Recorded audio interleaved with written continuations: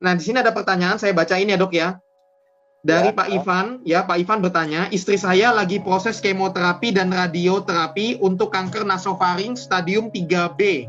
Stadium 3B.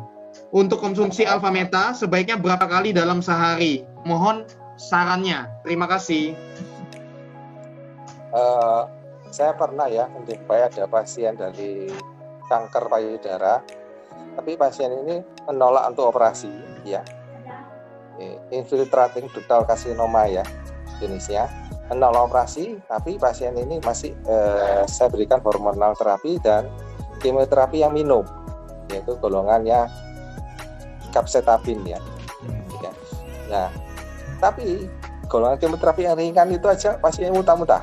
Memang dosis awal saya beli ya 3 kali ya, 3 kali kemudian Alfameta, karena ada respon seperti itu ya, akhirnya saya beritahu ya udah, lalu setiap kali 2 atau 3 jam sekali ya minum aja, nggak masalah ya. Jadi bisa semakin sering bagus ya. Karena apa?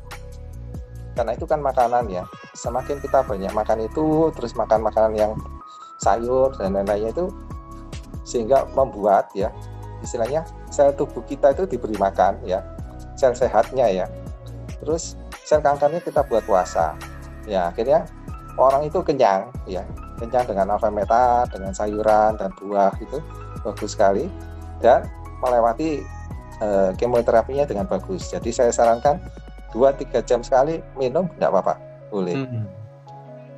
Oke, baik. Jadi jawabannya setiap 2 atau 3 jam sekali boleh ya.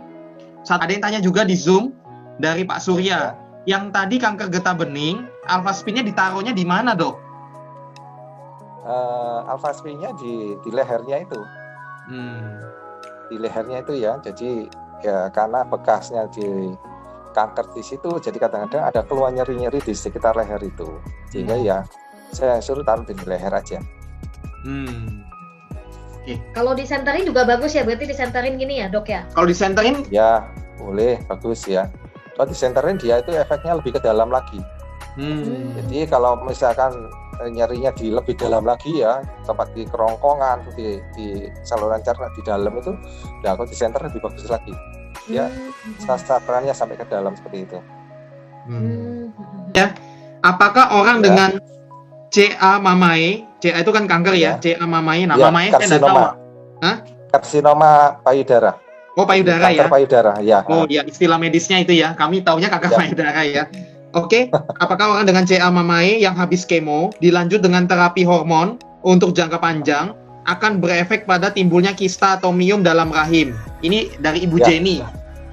Ya, terjadi, makanya bisa jadi endometriosis dan lain-lainnya itu bisa dilihat ya. Makanya setiap kali kontrol ke dokter kita perhatikan ada keluhan seperti itu enggak.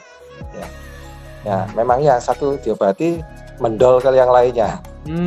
Jadi dilematis memang ya. Tapi sekarang ada obat hormonal yang baru ya, tapi harganya lumayan juga ya. Kalau yang generasi pertama golongan tamofen itu dia ya efek sampingnya di situ. Tapi sampai saat ini ya, selama saya memberikan itu, saya belum pernah menjumpai. Tapi di literatur memang ya.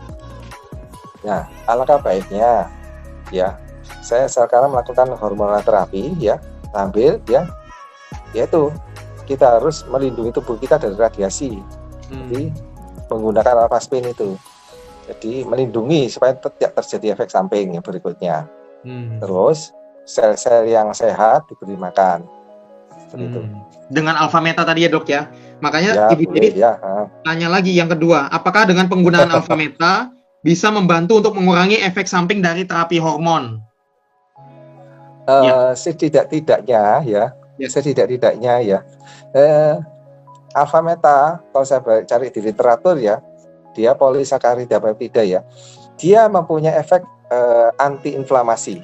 Nah, kanker suka sekali dengan adanya inflamasi atau pembekakan. Dia mudah sekali untuk tumbuh lagi. Kemudian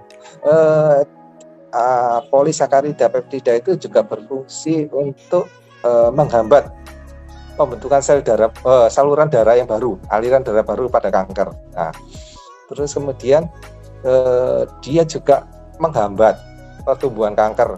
Dia bekerjanya pada CD40 itu, dan berikutnya ya, itu panjang ceritanya. Nah, berguna sekali seperti itu. Makanya ada pasien kanker saya yang pernah saya jumpa itu kanker paru ya. Pasien ini menolak operasi, jelas menolak. Dan di kemoterapi golongan afatinib ya untuk paru-parunya itu langsung begitu 1 kali minum langsung sariawannya muncul semuanya, jadi mulutnya hancur. Nah akhirnya saya pakaikan cuma Avameta sama Avastin aja. Selain buat kuantum, terus 2 yang menempel di tubuhnya, Avameta sesukanya dia minum. Sampai sekarang itu kurang lebih sekitar 3 tahun yang lalu ya. Sampai sekarang orangnya masih hidup. Masih hidup, seger. Jadi saya kadang-kadang dikirimi fotonya dia lagi berlibur kemana, jalan-jalan kemana. Saya ketawa lihat, waduh sekarang sudah enak nyeri lagi.